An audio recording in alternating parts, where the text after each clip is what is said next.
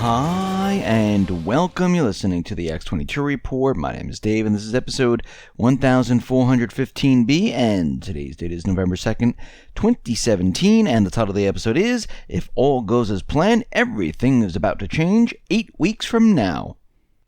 Now, before I get started, I just want to make an announcement. I uploaded an interview with V and CJ. It's V, the Guerrilla Economist. It is on the X22 Report Spotlight YouTube channel. So you can go right over to YouTube and type in X22 Report Spotlight. You'll see the video there. Or you can come over to the X22Report.com site or newssentinel.com. Scroll down a little bit. Look over to your right-hand side. You'll see the video there. You can play it right on the site. Or you can go to steemit.com. That's steemit.com/@X22Report. And you can play it right on Steemit. Let's get into the economic collapse, political and geopolitical news. Well, it looks like it's that time of year again, and it looks like the sign-ups are starting for Obamacare once again. And we can see that the premiums and deductibles, they have been surging. And 2018, it looks like these things are going to go through the roof. And people are going to look at this and say, wow, this is a lot of money. And this is going to be a crucial 6-week stretch that could test how Obamacare really does. Because we can see that a lot of the exchanges, they've gone belly up. They went bankrupt.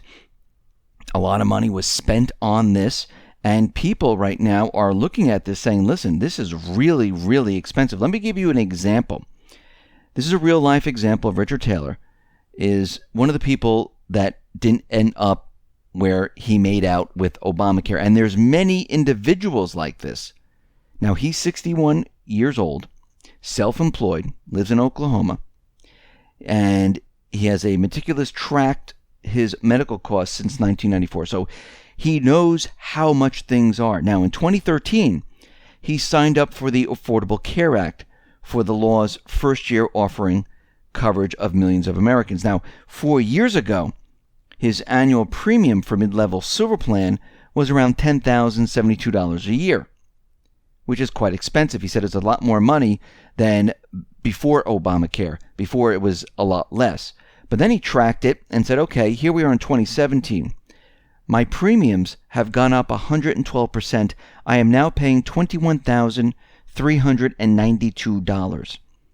Now, to think about that, 4 years, and it has doubled, and he is paying $21,000 for medical coverage. And this has been happening to many, many people. This is why they've been opting out and taking the tax penalty, because it's a lot cheaper to do so. It's not even close to the $21,000. So we can see right now that this whole thing is not working. And if we break it down to different states, I mean, we look at Iowa, we look at Wyoming, we look at Georgia, Florida.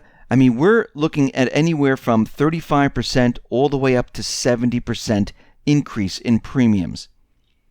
And there's only 3 states where it is dropped. And it's Arizona, North Dakota, and Arkansas. That's it. The rest of the states, they have all increased anywhere from 8% all the way up to 70%. So it depends on the state where you are. So the majority of the states, they're seeing this huge increase. The median is around 35%. So this is unsustainable. The people, well, it's not for the people. And this is why our government employees, the people in Congress, the president, back in the, when Obama issued this whole thing and created it, he didn't even take it. They all exempted themselves. Actually, Obama came in and exempted the staff. That's how bad it is. When your government exempts themselves and they tell you that this is great, you know there's a problem. Now, a couple days ago, we talked about Hillary Clinton and her law firm, Peckins, and they paid to have this dossier created. Now, the amount wasn't really out there, and now that we learned that the total was just over $1 million, which they paid to Fusion GPS. We know that Obama has paid around $970,000, and we see right now that this money went to create this dossier, the opposition research, of which $168,000 was sent to the British spy Christopher Steele. So we can see that more and more information is coming out, and we can see that, yes, Hillary Clinton's team paid for this. And what was very interesting about this is that they tried to hide it. They tried to hide the payment to Fusion GPS by routing them through her law firm. And this prompted the Campaign Legal Center, CLC, to file a complaint with the Federal Election Committee, alleging the Democratic National Committee and Hillary Clinton's 2016 campaign committee violated campaign finance law by failing to accurately disclose the purpose and recipient of payments for the dossier of research alleging connections between then-candidate Trump and Russia. Now, by filing misleading reports, the DNC and Clinton campaign undermined the vital public information role of campaign disclosures. And they tried to hide it, but they couldn't do it. We see Donna Brazile is out there. She's the former DNC chairwoman. And she's written an astonishing article for Politico admitting that the Democratic primary was rigged by Hillary Clinton. Barack Obama was a neglectful president, and Debbie Wasserman Schultz secretly let Hillary Clinton take over the party before the primary. Now, in an excerpt from her new book published by Politico, Brazile said she promised Clinton's opponent, Bernie Sanders, that she would get to the bottom of whether Clinton had rigged the nomination process. And she wrote, by September 7th, the day I called Bernie, I found my proof, and it broke my heart. Brill describes a fundraising agreement between the Hillary Victory Fund, Hillary for America, and the DNC that stipulated that Hillary would control the party's finances, strategy, and all money raised in exchange for Clinton raising money and investing in the cash-strapped DNC. It was signed long before Clinton became the nominee, setting in motion the illegal rigging of the primary for Clinton. And this is why Bernie Sanders never had a chance. And if you notice, a lot of this information is coming out, and more of it will continue to come out because we can see that these people are getting very nervous because things are closing in on them. And as they close in on them even further, a lot of people are going to start squealing, and they're going to start talking about all the things that have been happening. So this is what we're watching right now. We're watching the cabal completely implode on itself.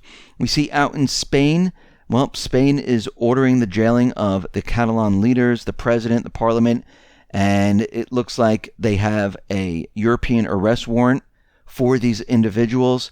And these are the individuals that were trying to push the independence referendum.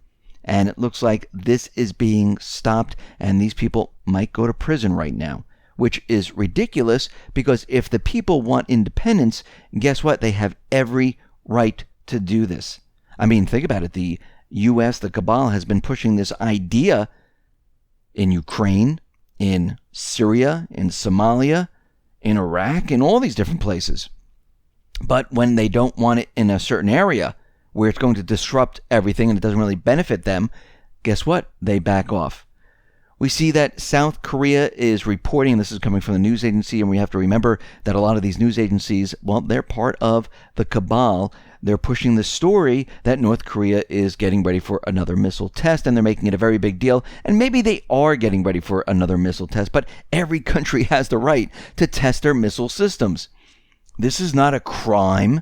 This isn't something that other countries don't do, but they're really playing this up to convince us that they're, up to no good. We see right now, and we've been talking about this for quite a while, that the U.S. is quietly pursuing direct diplomacy with North Korea. They've taken it to the next level. Behind closed doors, out of the view of the corporate media and the intelligence community, they are having discussions with North Korea. And yes, Russia, China, and the other countries, they're all involved in this, even South Korea.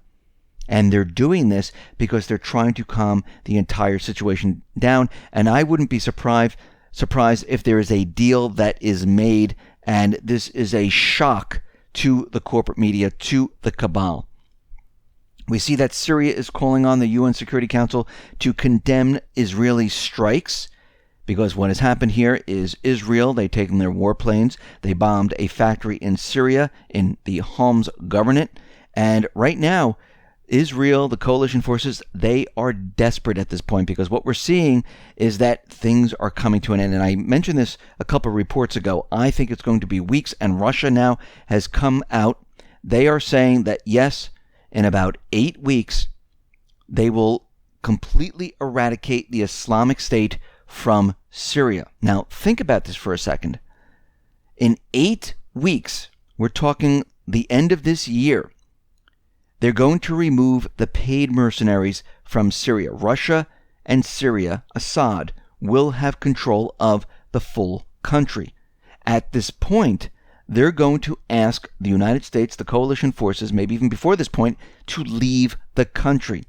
Now, we know that Tillerson was out there saying, even if Iraq tells us to leave, we're not leaving. So if Syria tells them to leave, are they leaving? Because if a country tells another country, listen, we don't want your armed forces here, that is considered an invasion at that point.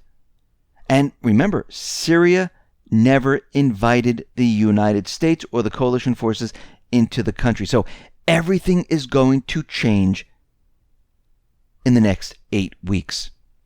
If everything goes as planned, as Russia expects, we're going to see something happen. Now, they have this 8 weeks, and I'm talking about the cabal, to maybe pull off an event. Will they? We'll have to wait and see, because we can see right now that they're running out of time and it's accelerating. The clock is ticking down now, and they're going to be in really big trouble, because if they leave Syria, they have no chance of getting back in. That is a done deal. And Syria, Russia, Iran, they're going to be working with each other. The rest of the Middle Eastern countries are going to see this, and they're going to be moving away from the United States, and they're going to ask the United States to get out of their countries. So everything is about to change, and it's happening very, very quickly. We see Russia wants new rules for Syria chemical weapons inspectors. They don't want to use the old rules that the United States was using and the coalition forces using. They want something completely different so they can have an honest investigation on what was really going on here. And of course, the United States, the cabal, they don't want an honest investigation, because if there was an honest investigation where investigators actually went into the site and they investigated what was going on there, well, we know what would happen. The fingers would be pointing at the paid mercenaries, at the Syrian Democratic Forces, at the moderate rebels, and they would be saying they're the ones who've been using chemical weapons. They're the ones who brought them in or created them. They're the ones who used it. They're the ones who used it on the people. And guess what? If that does happen, well, their whole movement goes down the tube. So they have two things working against them right now. And we can see the clock is definitely ticking down. Now, Kaspersky is out there, and they're saying that they have detected a virus that steals Bitcoin and other cryptocurrencies.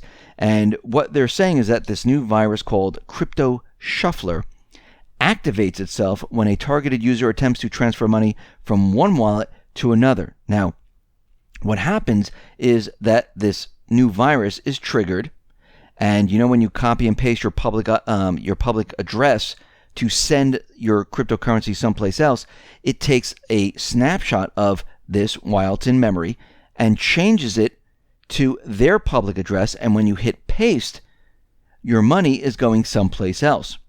Now, if you are transferring money from one wallet to another, or from an exchange to your wallet, or from your wallet to an exchange, make sure that you see what the public address is. When you paste it, make sure it matches. If it switches, well, stop the transaction and don't go any further, because that means you have that virus on your system. And this is going to be a problem, because it's going to be impossible to get that money back. And it's almost like if you had a bank account and you were doing banking online, and the computer took a snapshot of your bank account, and you were giving someone your account number to send a wire or something, and it switched it to someone else's. It's the same exact thing. So this just doesn't affect cryptocurrency. This could be used for anything. So I would be very, very careful when you're sending money on your system.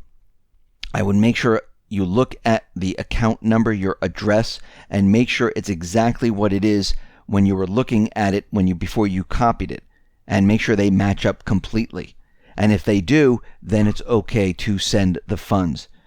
And we can see right now that the establishment, the cabal, they're out there and they're trying to slow everyone using cryptocurrency. Because think about what's happening here. First, we had the ransom of WannaCry and many other type of malwares where they're saying and they're demanding Bitcoin as ransom, or they lock up your computer, it's encrypted. So they try to make the cryptocurrency, they try to make it look evil, like, oh, this is what other people use, and this is why we can't, this is why you shouldn't use it. They're out there reporting that there's this virus. And we know that most of these viruses, they're created by the CIA, the intelligence offices, MI5, or many other intelligent organizations. And they've done this on purpose, again, to scare the people, to redirect the people into doing something else. And it looks like this is what they're doing it right now. Because remember, everything that they're doing is trying to save their system. Everything that you see out there, it's them pushing their agenda. And you could see that they're running out of gas. They have nothing left to push.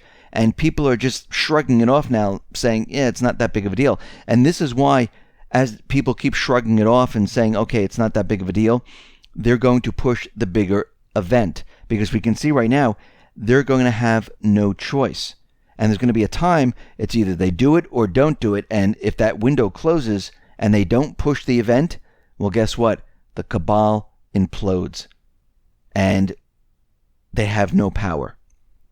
And we can see that time is definitely coming. It's accelerating, and we need to look at what's going on in the Middle East. We need to keep looking at the economy because everything is starting to surround them. It's squeezing them.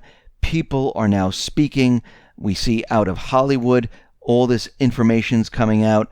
We can see that the information is coming out of the Podesta Group, Clinton's, the dossier, and Donna Brazile's out there looking into what is really happening. And we can see that all of this is starting to happen. And these different people, they're starting to, speak up, and because they don't want to go down with this ship. And this is why they're going to squeal. This is why you're going to see more information come out. Because you know what happens when there's a lot of pressure, when you're no longer in control. You want to save your own skin. This is what we're seeing. This is what's happening right now. This is what we are seeing.